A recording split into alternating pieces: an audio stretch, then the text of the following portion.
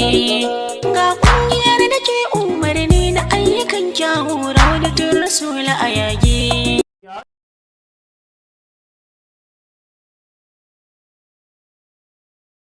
Dukan mai matsayi gurin ilahu ba zai kai ka ba ɗan amina. Da sunan Ubangiji nake fara dukkan lamari. Ina neman haske gare shi don ya sanya min mari. Ya yi man da baibayi cikin yabansa manzo ba shari. Ya zamto babu riya a duk yaban da zan wa shugaba. Manzan Allah mijin Khadija angon Aisha. Gani gaban kina durkusa ki bani ruwa Aisha. Dan kin fi kowa wurin mijinki sai da Aisha. Gashi duk wani mai matsayi gurin ilahu bai ya mijinki ba. To alhamdulillahi masu kallon mu da saurare, kafin na ce komai na san kun gane da ba muke tare. Surar za ta bayyana da wane ne, saboda an ce kamar ɗa kamar mahaifi, sannan ita ma kanta muryar da kuma kasidar da aka ja. Ina farin cikin gabatar muku da babban sha'irinmu kuma halifan maulanmu Sharif Rabi Usman Baba, Khalifa Sharif Nura, wanda yake khalifancin wannan gida mai albarka. Ina farin cikin gabatar mana shi a wannan shiri namu na mimbarin sha'irai. Maulaya, da farko zan so in samu takaitaccen tarihi kafin mu shiga cikin shirin gadan-gadan. Masha Allah, assalamu alaikum. Kamar yadda aka sani, sunana Khalifa Sharif Nura Rabi Usman Baba, wanda aka haife ni a garin Kano, unguwa ta Gwammaja, lokal gwamnan na Dala. Na yi makaranta primary school a nan Gwammaja, kafin ida muka dawo unguwar Jambulu. Na karasa karatuna a Jambulu Secondary School, sannan na shiga na yi diploma na computer science. So wannan shi ne ɗan takaitaccen tarihi da alhamdulillah. To abin da muka sani shine harkar yaban annabi sallallahu alaihi wasallama tana kasancewa ɗayan biyu ne, ko gado ko koya. To mun san dai cewa khalifa gada aka yi. To salon gadon da aka yi, wace hanya maulana Sharif ya bi wajen gadon muku da wannan sha'ani? To masha Allah, shi wannan gaban manzo Allah sallallahu alaihi wasallama, kamar yadda ko da yaushe Sharif yake kokari yana faɗawa, ba mu kaɗai ba ma ga dukkan wasu sha'ani. Ita wannan haka ta ba annabi Muhammad ibada ce, saboda an kwaikwaye ta ne da wurin wanda sha'iran manzo Allah sallallahu alaihi wasallama, wanda suka zauna tare da shugaba sallallahu alaihi wasallama, kamar su irin su Abu da Hassan, har zuwa bayan Allah waliyai da suke ban annabi Muhammad, har zuwa kansa. To wannan shi ya dinga kwataitan mana har ya zama ya zo shi ma yana yi, kuma yana nuna mana muhimmancin abin a addinance, har ya zama mun taso mu ma muna yi, ya zama muka gaji abin a tare da shi. Wannan shi ne abin. To abin da za mu so mu ƙara ji shine, a rayuwar da kuke da Sharif a cikin gida, akan zauna wani lokacin, yana lokutan da akan zauna a biya kasidu na yaban annabi sallallahu alaihi wasallama, ko kuma ta yawa? Sosai kuwa, akwai lokuta sosai. Sau saboda shi mutum ne ba mai zama ba, akwai karatuttuka da muke yi tare da shi bayan sallar asubahi, kuma idan yana gari da daddare bayan sallar isha'i ana zaman karatu. Idan aka gama wannan karatuttukan, sannan kuma a ɗauko karatun waka. Zai zo ya dinga koya ma yadda za ka yi salon waka da baituka, da yadda ake ɗaukar waka da saukar waka da sauransu. Muna zama da shi musamman ya dinga koya mana waƙoƙi, salon nasa, da kuma yadda ko da mutum Allah zai bashi basira shi ma da hikima ya kirkiri nasa, to amma zai koya masa ga yadda tsarukan ake bi da salo wurin tsara wannan baitukan na manzo Allah, da kuma kalmai da ya kamata ake faɗa wa manzo Allah sallallahu alaihi wasallam. Na'am. To malana ban sani ba, tun da gada aka yi, a kasidin akwai naka wanda kake, ko gaba ɗaya na maulana Sharif ake yi? A'a, ba gaba ɗaya bane, akwai namu da muke ɗan kokari muna nan yi. Na'am, muna jarabawa da kanmu. To alhamdulillah, zuwa yanzu an yi kamar za su yi guda nawa? To gaskiya akwai waƙoƙi a ci sosai. To so abin da ya sa aka samu jinkirin fitar da su, saboda da an riga an hau wani ƙarami na khalifanci. Su kuma aka ce khalifancin wani, to ana so da inda za ka ji harshen ka zai fita na wani ɗin ake so a ci. So mafi aksari in ka je wurin al'umma ma abin nan na kalifancin da kai shi suke so su gani, ba wani kirkirar sabon abu na ka. Shi ne yasa za a ga ba a fito da waƙoƙi suna nan a rubuce, amma a je yawanci ba a fita da su. Na'am. To a cikin wanda aka yi kamar a ɗan shekara nawa aka fara kasida? To gaskiya an daɗe, don tun da kamar yadda na ma bayani a baya, Sharif yana koya mana. Idan yawan nan koya kana zaune ma kai kaɗai za ka yi ta ƙoƙarin ka dage. Aƙalla dai ba a ƙasar ba mu ce shi tun ina ɗan kamar shekara 15 haka zuwa sama, insha Allah lokacin hankali ya ɗan fara samuwa, an fara gane baki da iya rubuce-rubuce da sauransu. To ko ana iya gane wacce kasida da aka fara rubutawa ta farko? Akwai wata kasida da na ta rubuta ta wadda take da salo jagora ɗaya ne. To ko za a rera mana baiti biyu a cikin babance ba? Jagora ɗaya ne wanda shi ya kawo alkhairi a duniya, ya sarkin da ya ƙagi duniya ya sa jagoranci. Wasu na mulkar jama'a da cutuka da zaɓar zalunci. Shugaba ɗaya ne da ya zo duniya ta samu cikar 'yanci, bisa sababbin tsari ya yi ta nuna yadda ake kowa ya kwaikwaya. Wannan ita ce saboda na ɗan maimaita baitukan gaskiya, na ɗan daɗe ba na yin ta, amma wannan ita ce waƙar da. Na'am. To a cikin nakan kafin mu koma na Maulana Sharif, akwai wadda ka zaɓa ita ce Bakandamiya? Wannan waƙar da na rera ita ce gaskiya. Na'am. Wadda na ita saboda Allah ya sani waƙa ce wadda na yi ta akan jagoranci na shugaba sallallahu alaihi wasallama.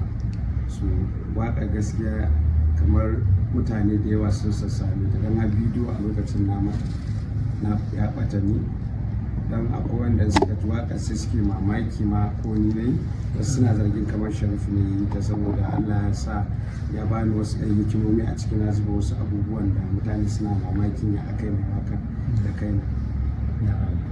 To idan muka da ɓangaren Sharif, kun tattare kasidinsa a buɗe ya kasance an gano guda nawa ya kasidinsa? Gaskiya ba a yi wannan ba, saboda shi ma an shayi mai tambayoyi daga gurare da dama, ko gidajen TV da sauransu ma social media dai da ake akan tambayar adadin waƙoƙinsa, sai ya ce wasu ba zai iya kiyasta adadin waƙoƙinsa ba, saboda wasu an yi su sun bata, wasu kuma an yi su amma yawan su dai waƙoƙin baya iya kimanta ce ga adadin waƙoƙin da nasu.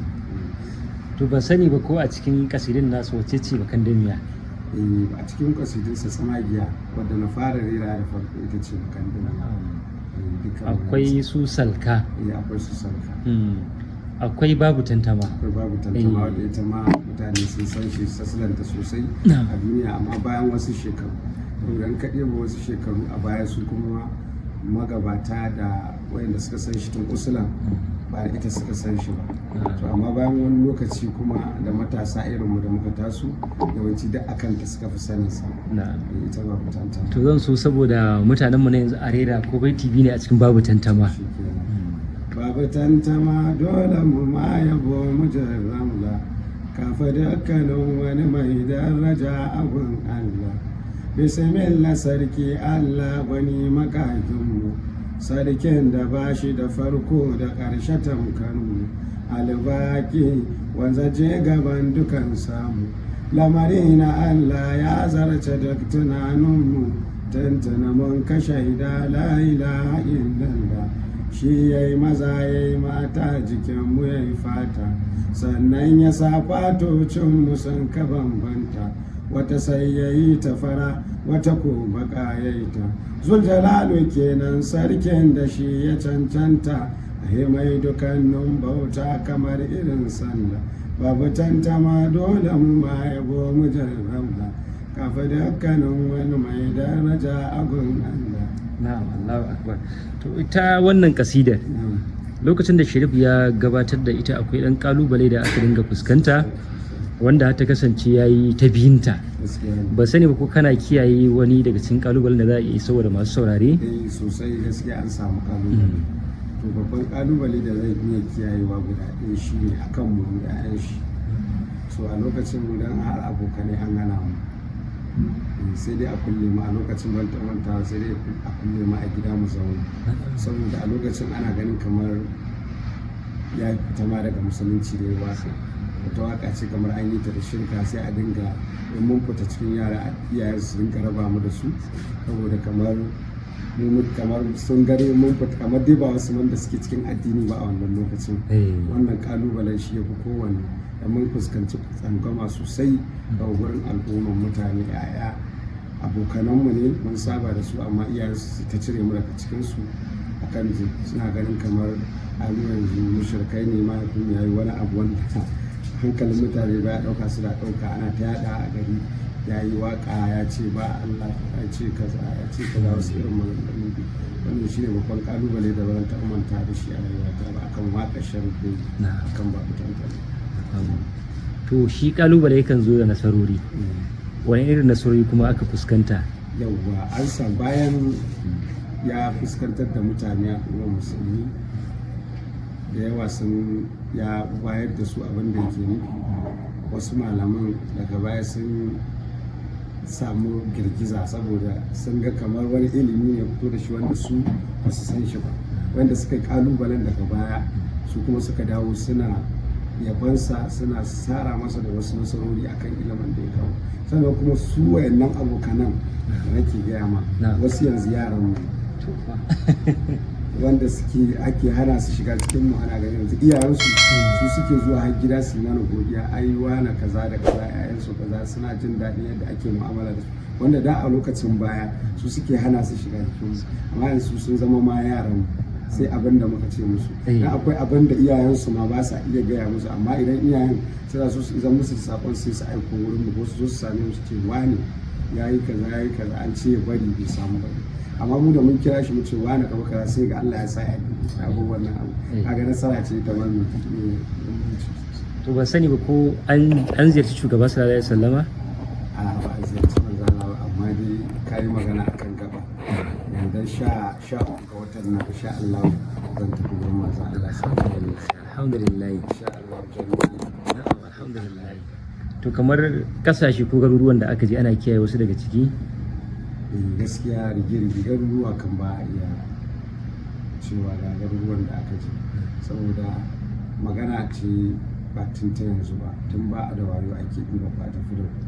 To akalla dai a arewacin Najeriya za mu ce ba inda ba mu je ba. Arewacin Najeriya a state ɗin ba inda mu je ba, magana wai cikin ƙauyukansu da lungunansu ba, state dai.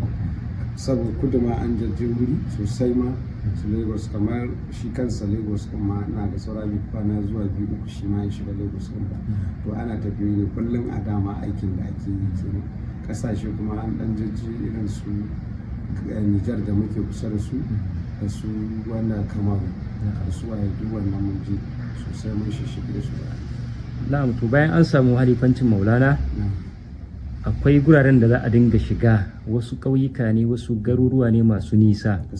Idan ka jiya kake tarar da buwaya da kuma kasaitar da Allah ya mai saga shi ya koma ga Allah, amma kuma sai ka je ka tara ambatansa ya riga ka zuwa, ya kake da irin wannan? To lamarin sharif abu ne mai babba, so ko da mu da yake akwai abin da mutane suke cewa alkurbu hijabu, kusanci hijabi ne. Shi kuma kusanci ba wanda Allah yake sa kusanci sai suka fi mafi sa wannan hijabin irin 'ya'yan mutum da matayensa. To hakika idan muka fita muna mamakin yadda sharif ya ci wannan guraren, saboda akwai tafiya da na yi wadda ta ban mamaki da kalubale. Daga Kano in ka tashi daga tafiyar inda za ka yi wurin, za ka yi kamar awa 12 a mota. To in ka sauka daga motar na za a ɗauke ka a mashin, za ka yi kamar awa 8 a cikin mashin kana tafiya.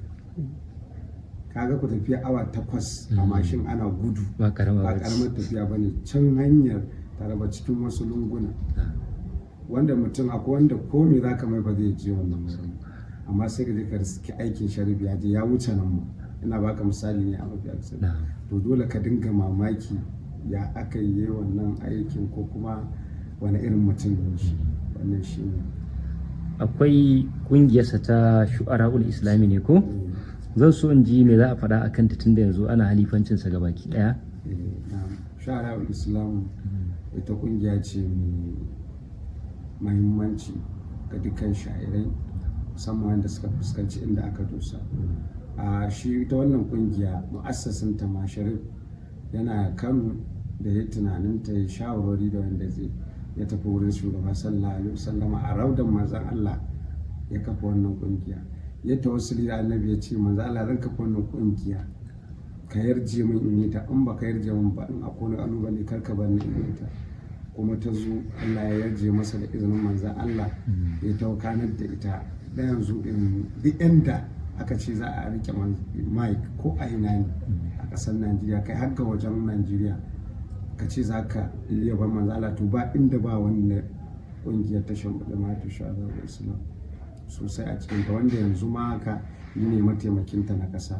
Akwai shugabanta na ƙasa baki ɗaya Alhaji Abubakar Madi a Kaduna yake, wanda shi ne yake mataimaki a lokacin Sharif. To bayan Halifa Fatu shi ma shi ne yake mataimakinta na ƙasa.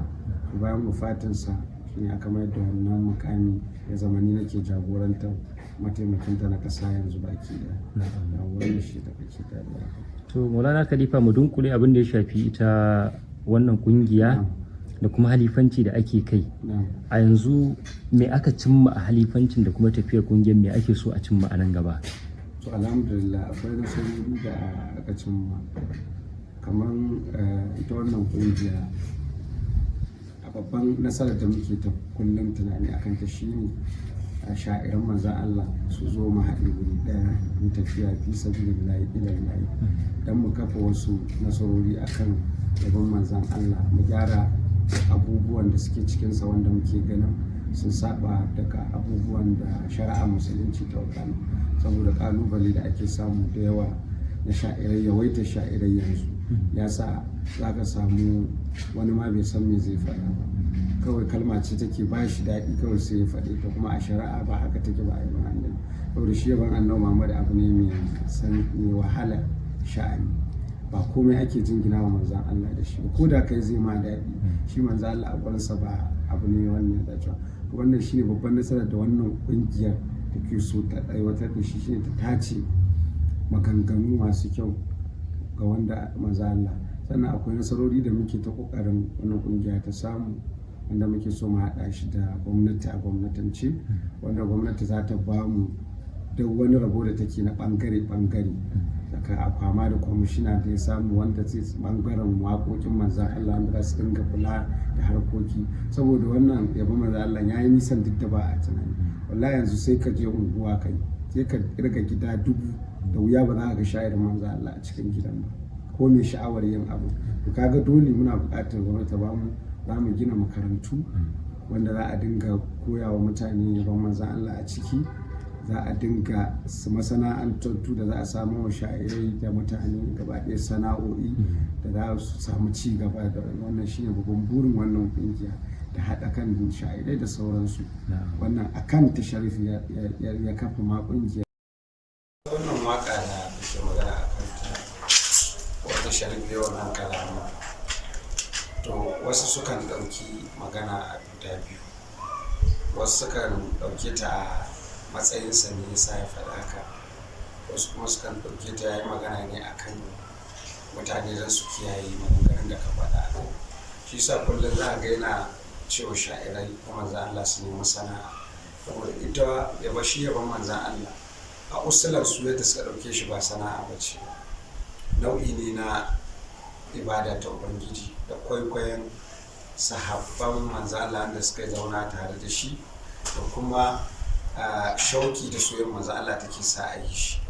So kullum yadda yake ba da magana a kai shi ne shi yaban manzan Allah in dai ka ɗauke shi sana'a to wata za ka iya barin sa ke, kamar sana'a ce kake yi yau in ka gabata ci za ka canja wannan, daga wannan za ka tauma wani, da yake ba da misali ce kamar mai sai da ɗatan ne, to in yana sai da ɗatan ne gaba ya samu riba zai koma a kwano, kaga ya bar wannan layin kenan. To ana yin shi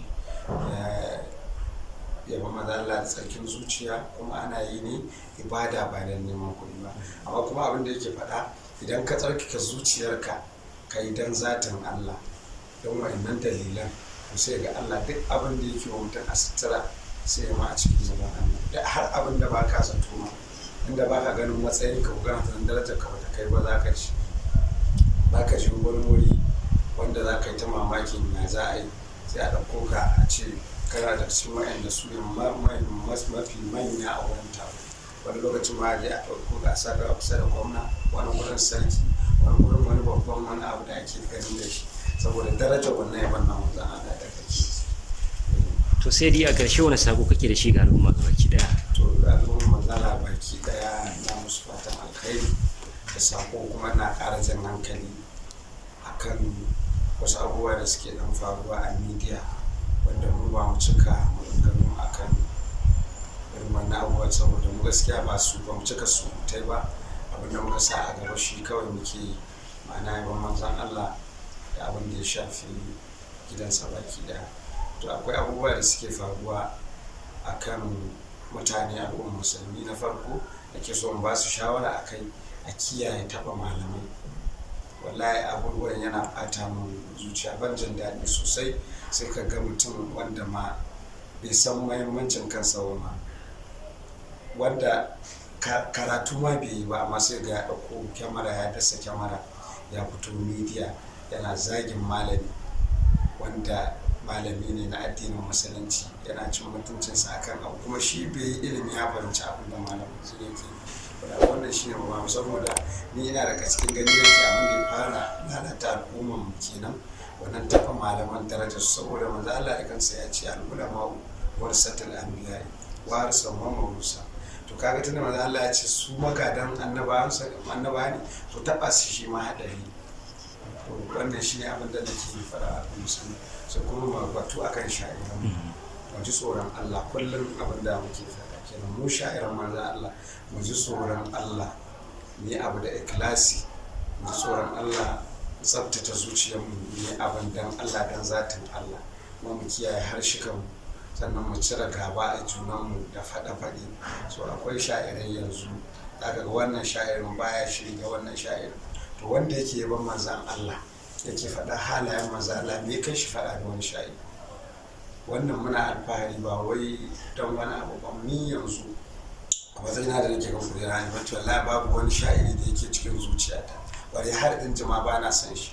Duk wani sha'iri da yake ambatan manzan Allah ina ƙaunarsa da manzan Allah ko da yana taɓa wani abu da ya shafe ni ba shi nake kallo manzan Allah da yake faɗa shi nake kallo ba ruwana da wani abun shi ba wani sha'iri da nake jin wani a zuciyata ina kinsa ba na tunanin wani abu shi sa nake so sha'iran mu dan Allah su dubi zatin Allah su dubi wanda muke ba manzan Allah su daina gaba a junansu a daina faɗa wani baya son wani baya son wani wannan ba hali ne na manzan Allah ban dai za mu fito mu faɗa hannun manzan Allah mai haƙuri ne mai yafiya ne duk abin da aka ce ma wani ɗan uwanka shahidan manzan Allah ya yi ka yafe masa wani yafe mu to ko wani ne kama zancen shi so ɗauki ka watsar in kana ganin ba za ka watsar ba kira shi kai da shi ku yi magana wani na gaba wannan shi abin da nake so wannan sannan sha'irai mu guji kwaɗayi ka san abin duniya yanzu ya kan ɗaukewa akwai wata matsala da ya kamata mu kiyaye ta.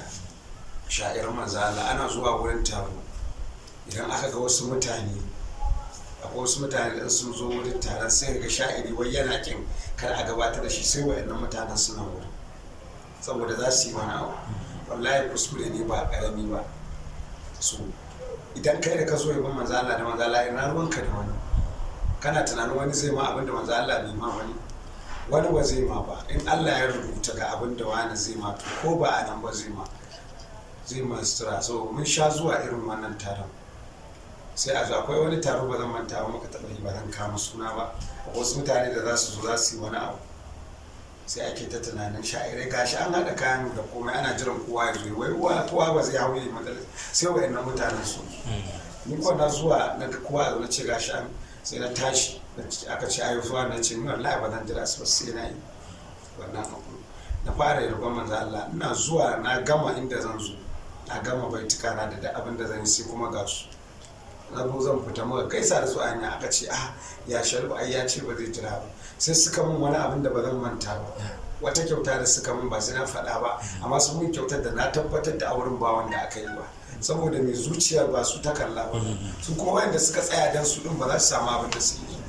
Wannan shi ne abin da yake so sha'iran mu su kiyaye, mazan Allah da suke ba wallahi zai yi musu komai, maza Allah sutura ne yadda ba a zato, mu shaida ne mun gani kala kala, muna kuma alfahari ko da yaushe muna faɗa mu maza Allah shine cin mu shine shan mu, duk abin da muka samu a rayuwa ta sanadiyar maza Allah suka sani shi, kuma me ya jawo yin abin da Allah da tsarkake, muna faɗa mu har iyayen mu ma saboda annaba aka aure su kuma aka same mu da aka to kaga ba abin da zamu yi. Wannan shine sakon da zan yi wa sha'irai yan uwa na baki daya, su kuma muna fatan Allah ya ba duk wanda sakon bai masa daɗi ba, dan duk inda ka kai sako akwai wanda zai ji shi bai ji daɗi ba, to muna ba wa dukkan wanda bai ji daɗi haƙuri ba ga wannan sako. Allah ya sa mu gyara baki daya saboda sai mu rasu. Amin ya Allah. To Maulana Khalifa mun gode, Allah ya saka da alkhairi, Allah ya jaddada rahama ga Maulana Sharif, ya ƙara kusanta shi da shugaba alaihi salatu wassalam. Assalamu alaikum.